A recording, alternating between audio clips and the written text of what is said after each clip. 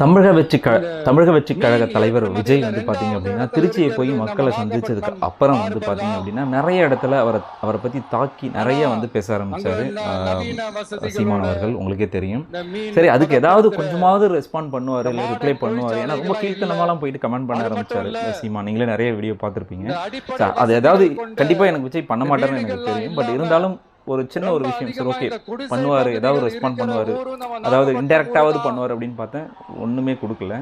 So எனக்கு தெரிஞ்சு இதுதான் பெஸ்ட் ரிப்ளை டு சீமான். அவ்வளோதான். இனிமேல் வந்து சீமான் அவர்கள் வந்து இவரை பற்றி கமெண்ட் பண்ணாமல் அவர் தான் சொல்கிறார்ல, இருக்கிறது நம்ம கட்சி தான் வந்து பெரிய கொள்கைகளையும் கோட்பாடுகளும் உள்ள கட்சி அப்படின்றாரு. ஸோ அதை பற்றி பேசி மக்களை வந்து அவர் அட்ராக்ட் பண்ணலாம், இல்லை ஏடிஎம்கேவோ இல்லை டிஎம்கேவோ கமெண்ட் பண்ணலாம். எனக்கு தெரிஞ்சு டிவிக்கே பற்றி இனிமேல் பேச நல்லா இருக்காதுன்னு தான் நினைக்கிறேன். பொறுத்திருந்து பார்ப்போம். இப்படி தவிக்கிறாங்களே நம்ம மக்கள், அது பத்தாதா?